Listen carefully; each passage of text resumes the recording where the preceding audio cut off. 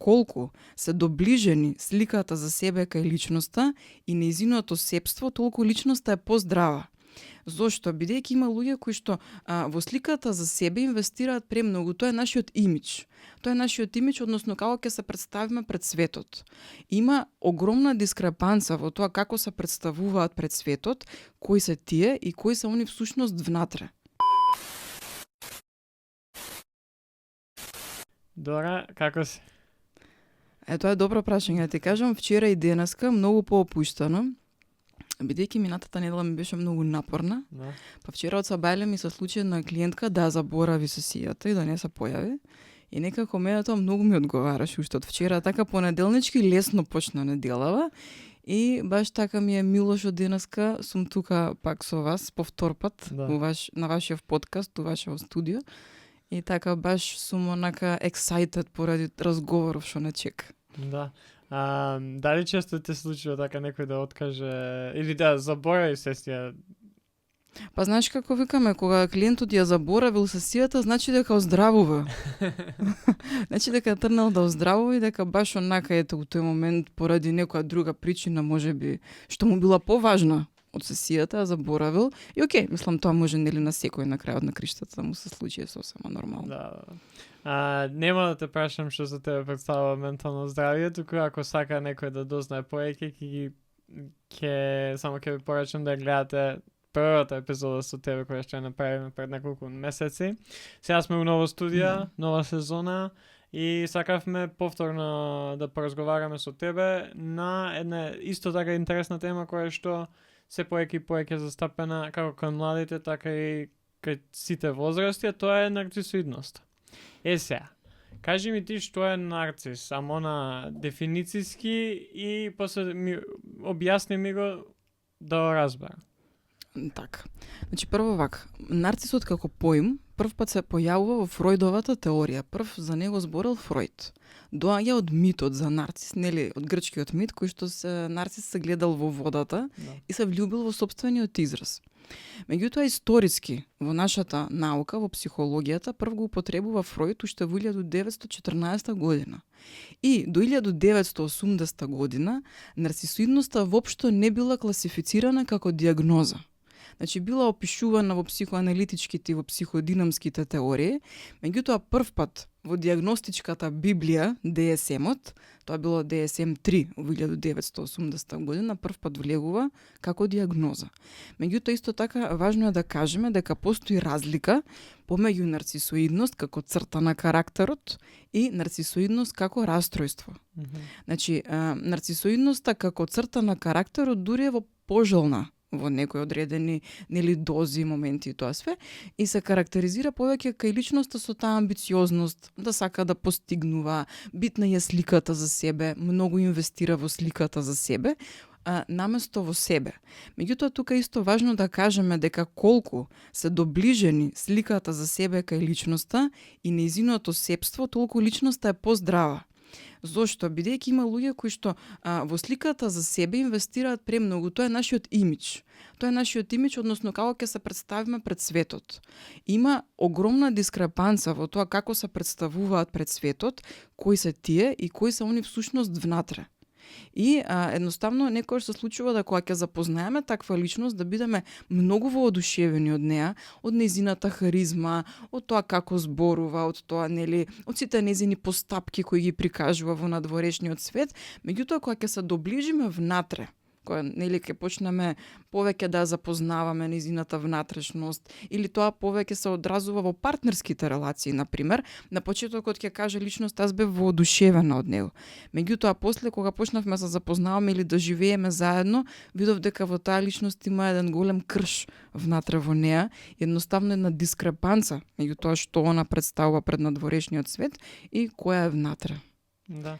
Видики, искрено таа разлика, мислам, спремајќи се за подкастов и ја прочитав и се тоа, ама онака во секојдневниот живот не ја до сега не сум ја разликувал и од секојаш која е нарцис, најчесто како смеа или некоја шала, ово е Да, нарцисум. така, значи денеска многу е популарен тој израз, да, нарцисоидноста и во лаичкиот свет е многу популарна. Мислам онака дури искрено претерано популарна стана таа тема, веројатно со самите социјални мрежи, бидејќи ние кога се представуваме на социјалните мрежи, колку повеќе нели инвестираме во социјалните мрежи, во таа слика за себе која што представуваме и те како ја развиваме таа, нели до негде нарцисоидна црта на карактерот. Меѓутоа пак ќе кажам, главната разлика меѓу нарцисоидноста како црта и нарцисоидноста како растројство е во моралните вредности на личноста. Значи, кај личноста која што има само изразена црта на карактерот, кај неа сепак сочуван моралот. И таа никогаш не би згазила преку живи луѓе или преку некого за да оствари некоја цел. Неа ќе ја видите можеби да биде поегоистична, посебична, повеќе сконцентрирана на самата себе, не толку на другите потреби, нема толку можеби осет развиено за туѓите граници, меѓутоа ако и се укаже, таа размислува. Значи размислува за себе, може значи да прифати нешто, сепак отворена е.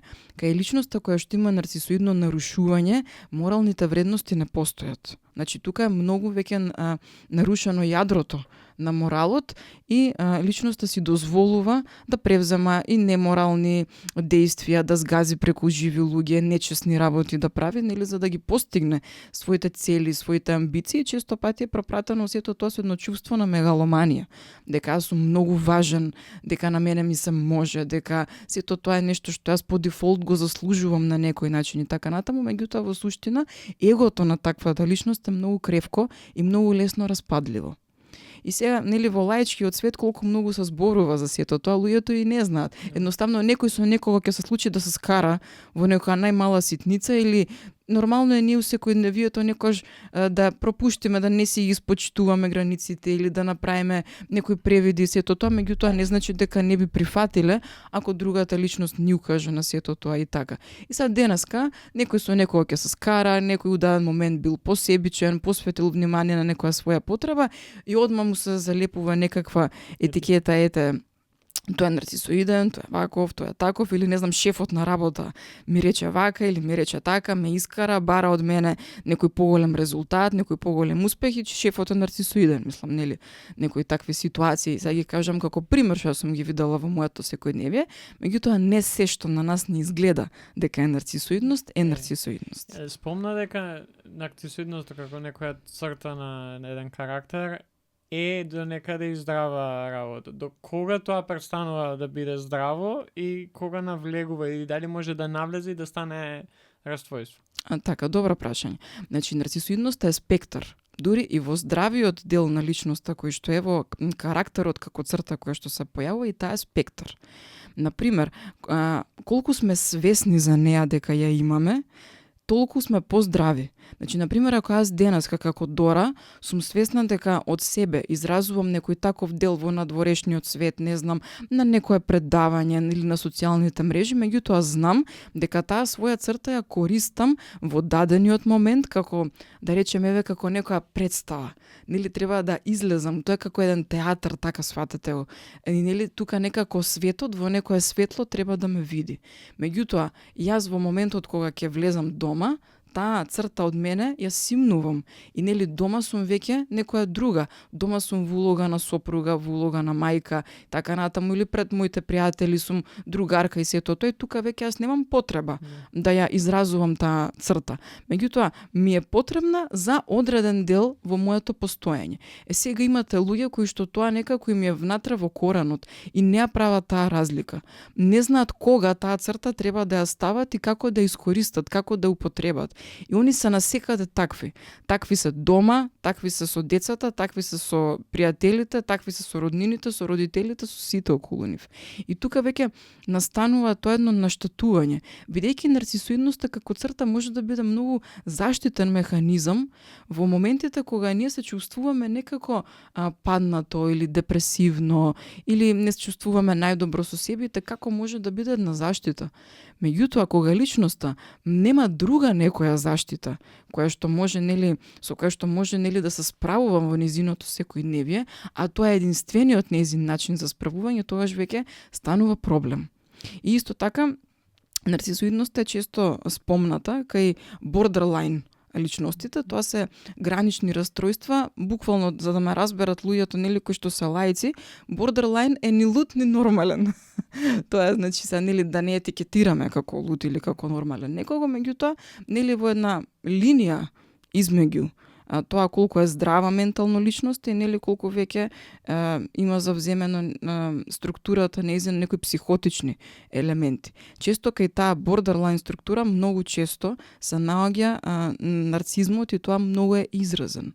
Бидејќи бордерлајнот постојано мисли во едни големи размери за тоа колку е важен, па може да има дури параноични мисли дека од што е важен него го пратат луѓе, го следат, не знам да се чувствува како некоја звезда, меѓутоа од другата страна кога погледнете неговата материјална реалност, тој како живее, ќе видите дека нели многу од сите ствари немаат врска.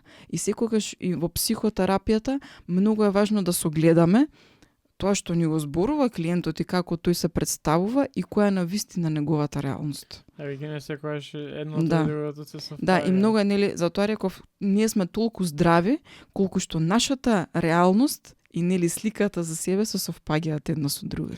Да, и се спомна, нели, таа некоја граница од тоа што те сватив е која единствен механизам ти е тоа некој нарцисоидно Однесување. Кои се некои други механизми за една лична себе ако во моментов јас го имам само тоа како еден дефанзивен механизам на тоа што ми се случува, што е нешто што јас можем исто така да го направам за тоа да не прерасне во расстройство? Да, така. Значи вака сега, тоа дали ќе прерасне во расстройство, цртата не значи дека може да прерасне во расстройство, бидејќи сепак покомплицирано е. Во развојот на личноста и како она се гради, како што кажав, има многу фактори. И кога ние веќе ќе се изградиме како личности, како луѓе, во еден даден момент, кога јадрото веќе изградено на личноста станува здраво или некако добро, како да кажам, подковано, тешко е дека ние после тоа веќе би направиле нарцисоидно расстройство. Значи, за да се случи тоа нарцисоидно расстройство, тоа од самиот почеток, од развојот на личност, уште кога била дете, тоа некако почнало да се провлекува. Не е баш дека ако јас нели сега веќе на одредена возраст знам која сум, знам кои се моите вредности, кои се моите интереси, како нели го живеам животот, што сакам од животот, и нели и со работата на себе, колку нели човек работи повеќе на себе, толку има по здрави вредности развива, тешко е дека нели тоа баш би поминало во расстройство. Напротив, можам само да станам свесна за цртата која имам и како што реков претходно да ја манифестирам пред светот кога мене таа ми е потребна. А ме праша нели кои се другите начини на справување на личноста, ако не е само нарцисоидноста, тоа можам да кажам дека во здравите начини на справување е пред се прифаќањето на ситуациите. Нели колку ние можеме често пати има еден мит дека емоционалните луѓе се полесно кршливи, меѓутоа тоа не е точно. Во суштина емоционалните луѓе многу полесно ги преживуваат проблемите низ животот. Зошто? Бидејќи кога на нив им се случува некоја криза, они си даваат дозвола да ја истагуваат ситуацијата, да се налутат на ситуацијата и сето тоа некако да помине низ нив. Многу поверојатно дека некако ќе се скрши некој на многу потежок начин кој што бил само во неговиот рационален стоички мајндсет дека мора тоа да го поднесе на нозе или дека мора да биде силен. Таквите луѓе, како да кажам, потешко се кршат и потешко стануваат. Зошто? Бидејќи имаат голема доза на потиснати емоции во нив. Од друга страна, луѓето кои што например се поемотивни, поемоционални, некако како бран тоа поминува низ нив и они ќе најдат некој баланс. Меѓутоа се разбира, исто е важно пак да кажеме дека мора да постои нели баланс измеѓу рационалниот и емоционалниот дел во нас. Нели да знам сето тоа тагување, сета таа емоционалност која што се случува низ мене во дадениот момент како некои превирања и сето тоа, пак нели да можам и рационално да се одржам во деновите, да задржам својата функционалност, нели да знам дека сепак имам одговорности. Не можам целосно да се препуштам на својата емоционалност како да светот постои само за мене и како да никој друг нема околу мене. Нели и затоа всушност и постои психотерапијата. Кога веќе е попречена на некој начин функционалноста на личноста, пожелно и како да се обрати на психотерапија за да може нели да научи да се носи со тие симптоми и да се разгледаат од различни аспекти. Да, потребен е некој баланс за како Да, меѓутоа еден дефинитивно најздравите начини на справување е баш тоа прифаќање на ситуацијата и прифаќање на сопствената несовршеност. Да. Значи прифаќањето на тоа дека и јас можам да сгрешам, а луѓето денес имаат сериозен проблем со прифаќањето на сопствените грешки. Значи, едноставно има еден таков перфекционизам се повеќе владе, кој што пак оди во прилог на таа нарцистичност. Нели, ако сгрешам, ќе ми се распадне таа слика за себе. Ќе испадне дека јас не сум тоа кој што сум мислел дека сум, или пак ќе испадне дека другите околу мене не ме перцепираат така како што јас сакам да ме перцепираат. Да, и тоа и оди во насока во тоа во каков свет и живееме, кај што секогаш гледаме таа перфектност на дали на социјални медиуми или во нашиот секојдневен живот, кај што секој ни се представува како нешто што е најубаво или најдобро и ти мора да, ако сакаш да бидеш во текст со настаните, во текст со времето, во текст со социјалните медиуми, мора и ти да представиш некоја слика која што на крајот е нарцисоидна. За да бидеш прифатен, за да бидеш ин. Ја не знам каде, и сега ова може да биде сосема коинцидентно, ама кога, например, ќе видам на некоја личност, некој фид на Инстаграм, одам на нивниот профил, и е слика само од себе, нема слики со луѓе или нема... Одма ја стварам, не знам се, можеби да, дека, и не погрешна, да, така е. Некоја слика за таа личност као ја сам себе сакам повеќе да постирам слики која сум со луѓе, колку самиот себе да се постирам. Ама и може, пак ќе кажам, може би сигурно е погрешно во поголем од случаите таа некоја слика што сам ја себе си ја стварам, ама тоа само оди во прилог на тоа дека ние така ни е дадено веќе, тоа мора да оправиме за да останеме во чекор со времето. Поготово оние кои што се грижат повеќе за својата слика, за својот имидж, како луѓето ги гледаат, што мислат за нив и така натаму. Добро, значи кога ги спомени социјалните мрежи, баш пред некое време налетав на едно интересно истражување. За тоа дека кај инфлуенсерите, например, постои изразено нарцисоидна црта на карактерот. Меѓутоа, до некаде, тоа според мене е во ред. Зошто? Ако некој има таква црта на карактерот, а Инстаграмот и социјалната мрежа му овозможува тоа да го живее, дури од тоа да заработува, е сосема во ред. Тоа е на крајот на криштата многу поздрав начин, нели, да ја користам мојата нарцисоидна црта, него ли на било кој друг начин штетен или па од друга некоја страна целосно да ја потиснам, зашто нели некако ние уште мислам дека живееме тука во еден простор каде што на инфлуенсерите се гледа и подценувачки. Меѓутоа, тоа не е баш така, ниту во регионот, ниту секаде. Инфлуенсерите се многу сериозно сватени и маркетингот со инфлуенсерите е многу сериозно сватен. Меѓутоа, некако тоа кај нас како се уште да не е толку прифатено. Барем така тоа е мое мислење. Дури и јас себе можам да трнам од самата себе, имав често предрасуди порано во однос на тоа. Некако не можев да ја видам вредноста. Меѓутоа, од денешна перспектива веќе и како повеќе ја гледам вредноста на тој и сосема ми е прифатливо да ако некој ја има таа црта во себе, ја живее на тој начин. Зашто нели многу е важно како ги живееме социјалните мрежи и што содржина ние представуваме на нив. Веќе порано, например, мислам дека тоа е до некаде сменето. На социјалните мрежи беше многу битно да се покаже таа совршеност и перфекционизам. Меѓутоа, денеска социјалните мрежи станаа на еден начин приказна. гледаме се повеќе како луѓето се отвараат на социјалните мрежи. Ги представуваат своите несовршености, ги представуваат своите проблеми, ги кажуваат своите маки. Веќе како да се случи пукна тој притисок од совршеноста, од потребата за совршеност на социјалните мрежи. И тоа мислам дека до некаде е променето, што за мене е и позитивно. Меѓутоа, од една друга страна зборува и за појавата на осаменост, можеби. Ако ние постојано се проектираме себе си, проблемите и сето тоа што го чувствуваме на социјалните мрежи, прашање е дали ја имам тоа со кого да го споделам во мојот приватен, реален свет. И мислам дека осаменоста исто така зема еден замав, така што луѓето и социјалните мрежи ги компензираат и за сметка на таа осаменост. Да, и со појавувањето на нови социјални мрежи, на различни платформи, различен вид на изразување, дали тоа е YouTube, дали е TikTok, Instagram, имаш сега веќе нема само еден начин на изразување, користење, на изразување на самата личност на социјалните мрежи.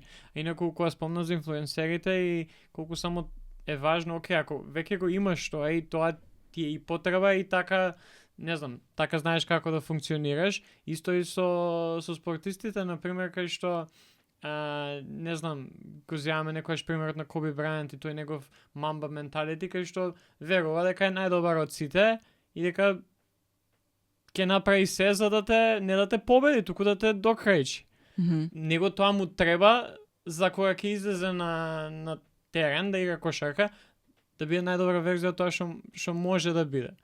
И е потребата да некојаш, мислам, у неформални разговори со други тренери и луѓе од спортот, кога зборуваш со некој, не знам, со некој играч, ти многу позитивно гледаш на тој играч кога тој е амбициозен, некои би рекле дека е нарцисоиден, бидејќи мисли дека е најдобар, иако можеби тоа не е така, ама ти треба да имаш тоа во себе за да си да играш подобро. Ако тоа тебе те прави да играш подобро. Некој е обратно, ама дефинитивно тоа го гледам не само како е инфлуенсерите и на социјалните мрежи, тоа е скоро и у секоја можна така, значи нарцисоидноста како црта не се појавува само кај одредени луѓе. Например, еве има мит дека не знам функционерите, менаџерите, политичарите дека они имаат нарцисоидна црта на карактерот. Меѓутоа тоа не е секојаш баш дека само они ја имаат. Нарцисоидноста се појавува во сите слоеви на општеството и кај сите луѓе. Сосема обичен, не знам, вработен кој што не е нели на таква позиција, на таква функција, може да биде и во фабрика и на лента или било каде да има изразена црта на нарцисоидност. Меѓутоа пак тука сакам и ова да го кажам. Некои луѓе себе си се доживуваат многу грандиозно од аспект, нели ако зборуваме на како нарцисоидна црта на карактерот. Меѓутоа, кога ќе ја видите нивната реалност, тоа е далеку од реалноста. Примерот со спортистот што го кажуваш, тоа е веќе издржан пример. Неговата нарцисоидност е во реалноста. Тој го постигнува резултатот. Меѓутоа, има луѓе кои што себе си се доживуваат така, а тоа не е реално доживување. Во материјалната реалност тие го немаат тој резултат, за едноставно така да се чувствуваат. Иако нели сега тоа чувство е субјективно и не можеме да му го одземеме на никого. Меѓутоа во тие моменти е нездраво. Едноставно не е здраво како јас се чувствувам и нели на крајот како ме гледа мене светот може да биде една работа. И може светот да не ме сака мене. Меѓутоа кога цел свет мене од некоја причина не ме сака, треба да се запрашам што е проблемот. Зошто нели не можам да се вклопам во едно општество? Не може сите луѓе да не сакаат. Некои не сакаат повеќе, некои помалку, некои воопшто не сакаат и тоа е окей. Меѓутоа кога предизвикувам постојана одбивност во околината околу мене, да луѓето нели онака не сакаат ни да разговараат со мене, ме избегаваат и сето тоа, тогаш има проблем. Да, и има случаеви, не знам, не ми текно како се каже со Танос во Америка, жена која што се буквално има направено мал милион, има измислено, се пак не ми текнува точно примерот, кај што има добиено многу инвестиции во тоа што таа го продава, А на крај испаѓа дека се било Лага. лага. Да. Јас исто знам таков филм го имам гледано, Да. беше баш на Wall Street приказната и беше исто многу интересна приказна. И е дефинитивно Да. нешто што може да видиме на секаде, некојаш на поголема скала, некојаш на помала, некојаш знаеме луѓе кои што се такви со кои што живееме секој Да, ден. така е. Да. И сега, друго, например, интересно кај нарцисоидност е на работно место. Ќе кажам малку за тоа.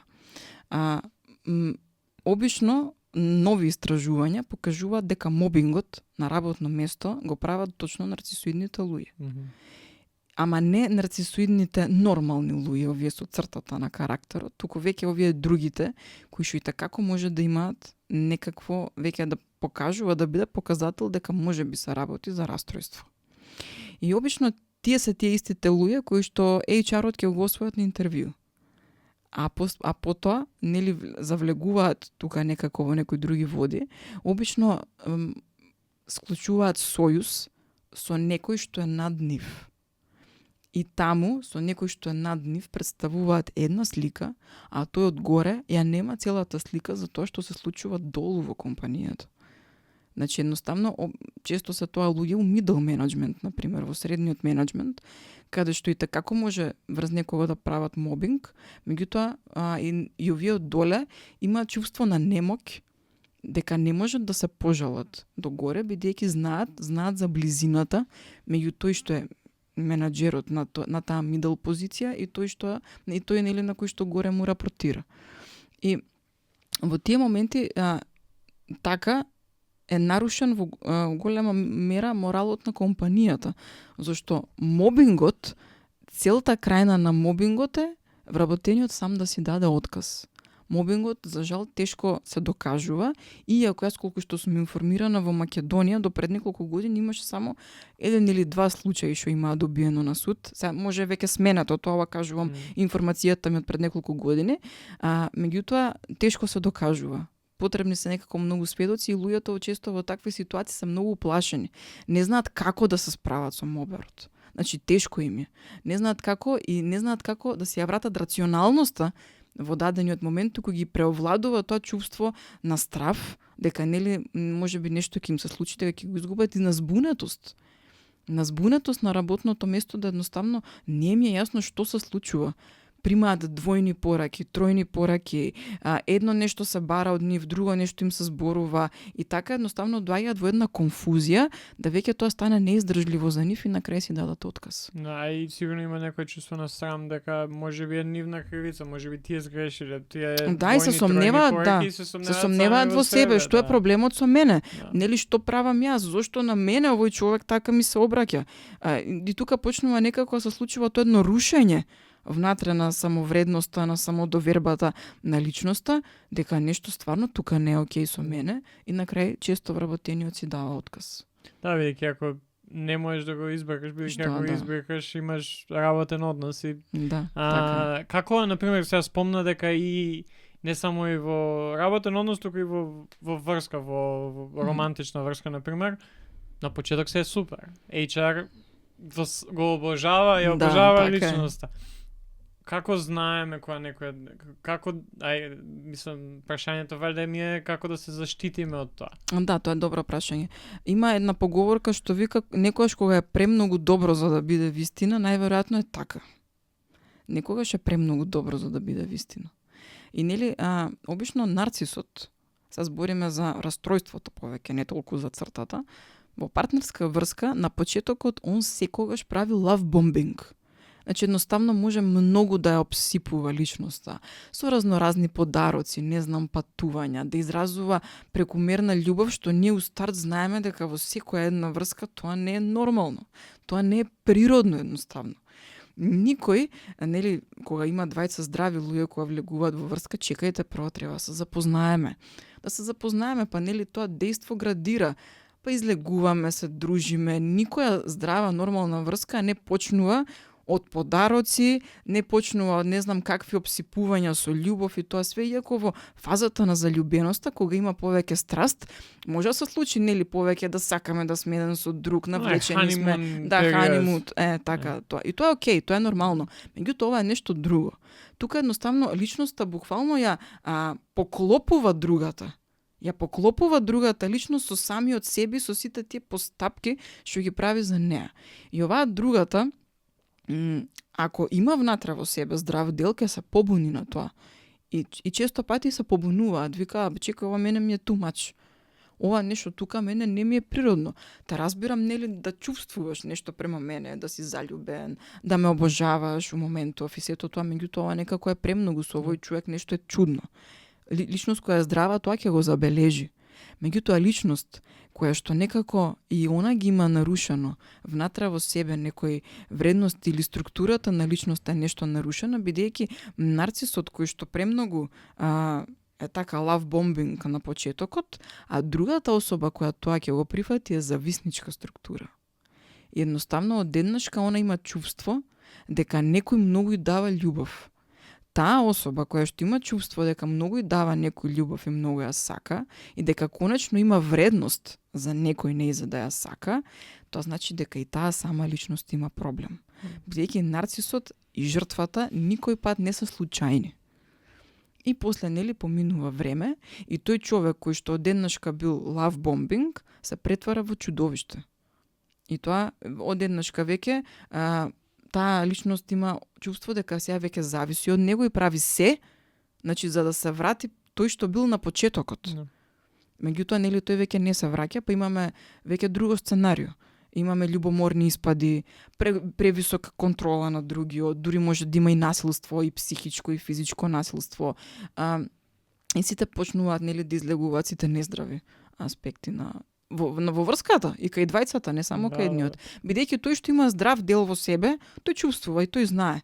Верувајте, ваков love bombing нарцис не може да привлече особа што е здрава, што е ментално здрава. Едноставно ментално здравата особа има граници и ќе постави граница. И ќе рече не, мене ова ми е too much, нешто ми е чудно во врскава, јас го сакам моето време за мене. Меѓутоа личност која што нема граници и како може, значи, онака лесно смут да се провре у тоа крилото на нарцисот. Да, бидејќи не е се црно-бело, не можеме сега окей да едната личност може би да биде тој нарцис со сите оние love bombing испади што ги има, што ги некои сме ги доживеале, некои знаеме на некој што му снима случајно, ама пак не значи дека другата личност е сосема здрава. И ретко која можеш да биде сосема здрав, поготово кога станува збор за, не знам, може би си навикнат веќе на тоа, може би си бил врска со други луѓе, или само не мора да биде и тоа некоја романтична врска, туку како твоите дома, каков однос имаш со твоите така дома, е, со твоите пријатели, може би на тоа си навикната и после тоа имаш полесно ги прифаќаш тие работи како нормални. Ама ако ги немаш тие, мислам, ако и да не си целосно здрава личност, ама сепак си здрава во тој однос или во тој поглед, многу полесно ќе ти биде да, кој што кажа ти, да поставиш некои граници, да кажеш, окей, ова ми треба мене, ова ќе го направам за мене, бидејќи не можам целата да се предадам на тебе. Да, значи не дека не може да се случи нели и здрава личност да влезе во некоја таква врска, меѓутоа тоа обично се симптоматски ситуации. Например, ако претходно личност имала некаква траума, доживеала било што да се случило во животот, нешто кое што е исцрпило енергетски и да и се појави некој таков лик, она може у тој даден прв момент да се осеќа заштитено, да се осеќа вредно, дека некој се грижи за неа, пошто она не така била кревка и ранлива од внатре. Меѓутоа, нели, после како што поминува времето, имаме уште една нова траума.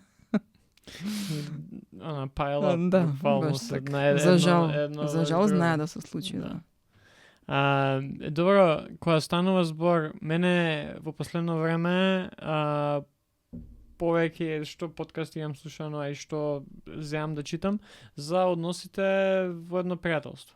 И колку само тие се важни. Мислам дека баш кога збориме и за врски, например, и за односи помеѓу дечко и девојка или супружници или што и да е, ако немаме здрави пријателства, мислам дека е многу потешко да ги поставиме тие граници во таква врска, да видиме кои се тие некои нарцисоидни, окей, може да бидат црти кои што нема да бидат толку лоши колку што раствојството, ама како во едно пријателство, на пример, нарцисоидноста може да се појави и колку дали таа постои, на пример, или дали од твое некое искуство што со клиенти што во секојдневен живот ги имаш видено и тие некои односи и после тоа може да поразговараме малку и за пријателството како едно нешто кој што може тоа да биде изразено и да биде доста да влие негативно на една личност. Така, значи, нарцисоидната личност се однесува исто секаде. Значи, сам пак, нели, да повторам, збориме за расстройството. Она се однесува исто секаде. И према партнерот, и према пријателите. Меѓутоа, за жал, луѓето кои што имаат расстройство и немаат многу пријатели. Или воопшто немаат никакви пријатели. Зошто? Заради тоа што они во партнерските врски ќе најдат некој сличен можеби на нив и ќе си функционираат така како што ќе функционираат. Меѓутоа, во пријателските односи и релации, нивните врски многу брзо крахираат. Бидејќи повторно пријателската од партнерската релација е малку поразлична. И во пријателските релации, пак ќе кажам, здравите луѓе, ментално поздравите луѓе, ќе почувствуваат нешто. Ке рече, ово име манипулира мене. Пошто нарцисоидната особа има тенденција да манипулира. За да добие нешто. За да добие некаков to gain something. Yeah. Да добие нешто за неа, меѓутоа во моментот кога она треба да даде нешто, станува проблем. Она нема што да даде. И не може да го даде. Истото, например, може да се случува во... Имав баш сега скоро ми текнува еден пример, и на работно место. Мобингот тој што го прави, може да отвара многу интимни делови за самиот себе. И точно тоа да го збунува тој што го трпи мобингот. Од една страна да му биде пријател, кој што му отвара интимни работи за него, да му се доверува, да глуми некоја лојалност, а од другата страна, нели го имаме волкот. И тоа е како една болна ситуација, мислам искрено.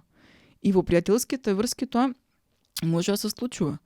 Нели, ќе дојдам кај тебе, да ти кажам нешто за самата себе, нешто колку си ми ти потребен, колку само ти можеш ме назова да ме разбереш. Ќе бидам твој најдобар пријател и сето тоа, меѓутоа во еден момент кога аз веќе ќе почувствувам дека сето тоа сум го земала, повеќе не ми требаш. Да, и мислам, можеби, сега кога размислам така, док зборуваше, можеби е полесно да прекинеш пријателство, некој од другата страна да така, види. Е полесно да се прекине, да. Отколку ако веќе иако си инвестирали години, сепак поразлично е од романтична врска. Поразлично е, да, бидејќи нели во романтичната врска ние сме вклучени целите со емоции, значи нивото е поинакво. Пријателските релации некогаш полесно се прекинуваат, пак ќе кажам, нели личноста е здрава, меѓутоа и во партнерските, и во пријателските релации може да се сретне нешто слично како во партнерските. Ако на пример една особа има некаква тенденција да постојано биде жртва и постојано да се наоѓа во некакви злоупотреби во незиниот живот, таа не се наоѓа случајно во таа позиција. Она и како може да биде мета на нарцисоидни пријатели. Може и тука тоа да се случи. И тоа пријателство токсично да трае со години, додека еден од нив двајца, најчесто жртвата, не се освести што се случува со неа и не почна да поставува граница нели до степен на крај веќе воопшто и да прекине пријателството. No. Сега би сакал да превршиме со малку да се навратиме на самиот почеток. Спомна дека најчесто раствојството се случува во формирањето на самата личност. Сега ако збориме, например, да замислиме дека не слушаат сега родители на деца. Бидејќи тогаш тоа е таа некоја возраст кај што се ствара тоа раствојство. Кој би бил твојот совет кон сите оние родители кои што можеби гледаат тенденции на такво нешто или пак и не гледаат, ама на што да бараат, што да гледаат. Значи, нарцисоиден родител многу веројатно дека ќе создаде нарцисоидно дете и нели тоа ќе биде трансгенерацијски пренос. Меѓутоа, секогаш кога детето од дома. Има и дома може да се случува родителите да прават лав бомбинг. Меѓутоа, и секогаш кога родителот поставува многу високи стандарди, очекувања, кога детето е пофалувано само за неговите успеси, а е премногу строго и остро критикувано за неуспесите, ако ти си единствениот на мама, ти си секогаш најдобриот, ти си секогаш нај.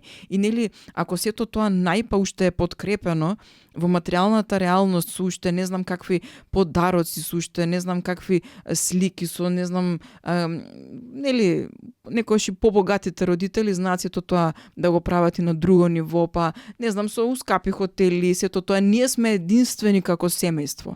Нарцисоидната црта може да биде црта и на самото семејство. Никој не е како нас. Ние сме единствени, едноставно детето почнува да живее во свет на илузија. Дека ние сме единствени, ние сме привилегирани. Ние сме нај. И тоа почнува да го проектира надвор во реалноста. Меѓутоа, со реалноста која ќе се соочиме, не се такви баш секогаш работите. И тука едно такво дете која ќе порасне во една возрастна личност, може едноставно да не го добие третманот од светот надвор, кој што го добивал во рамки на семејството. И тука се случува кршот и неприлагодувањето на средината.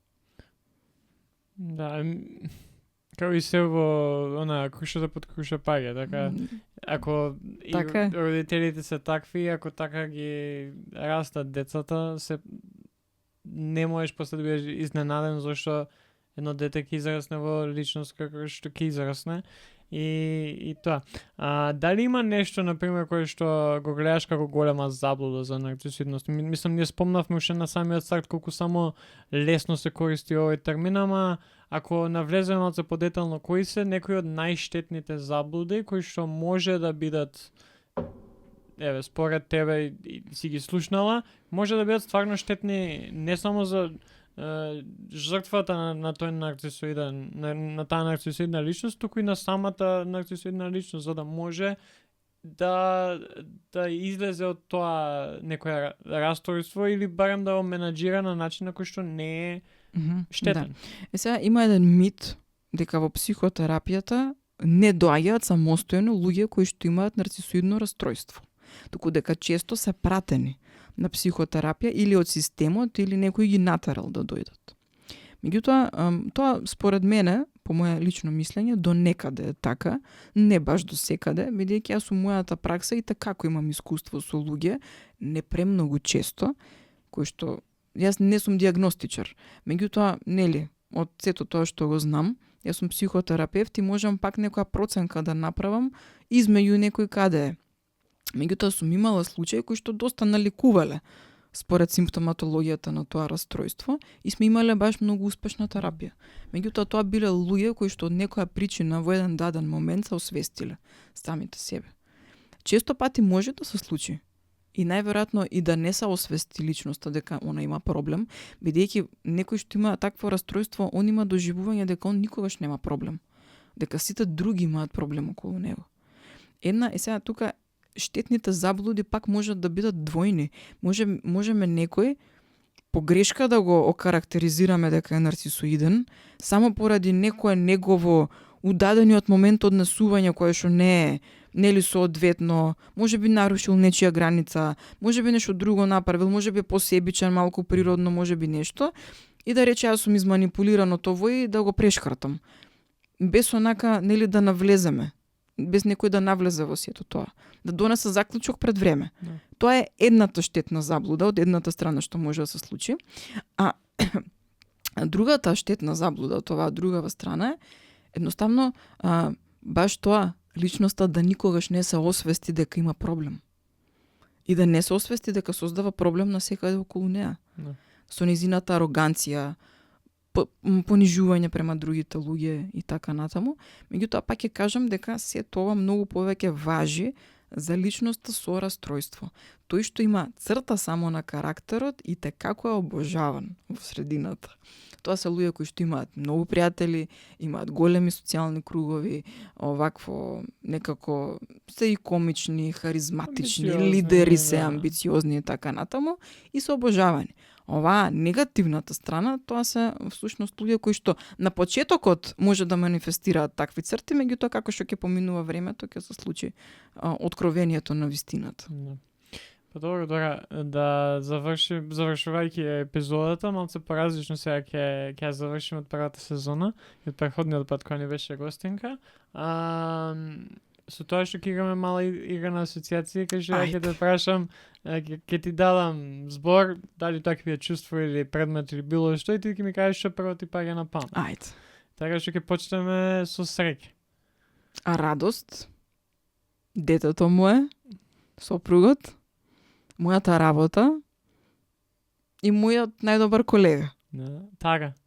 Тага ме потсеќа на смрт, на загуба, на смрт, загуба, на нешто што ми недостасува, на нешто што можело да биде поинаку, а не било тоа. Работа. Работа, моите клиенти, психотерапија, конференции, работилници, нешто што е исполнувачко, нешто што е рутина, задолжение, одговорност исто така, кариера, развој. Дожд. Како? Дожд. Дожд. Јас обожавам дожд. Ме потсеќа на топлина, на онаа семејна топлина, на дома кога сме сите, или онака кога сум самата со себе, у некој свој, со некоја своја музика пуштана, или на некоја топла купка, со одлетани мисли, или на чадор, на прошатка. Есен, на паднати лисја, ме потсеќа на греено вино, ме потсеќа на, не знам, на потопла облека и на преод. Есента често ми значи еден преод од летото во есента, еден созревачки период на нешто, нели, постојано имаме нови почетоци во есента, па често ме асоцира, нели, на тоа нешто ново што треба да се случи некоја нова сезона. И за крај пак ментално здравје. Ментално здравје, онака бидете своји, автентични, онака што повеќе да сме флексибилни внатре во самите себе, поемоционални и во исто време, значи, онака баланс да најдеме меѓу емоционалното и рационалното, тоа е вистинското ментално здравје. Останува и како и првата сезона и сега завршуваме со твоето прашање до оние сега што не слушаат. А моето прашање до оние што не Да. слушаат? Како си? Како сте денес?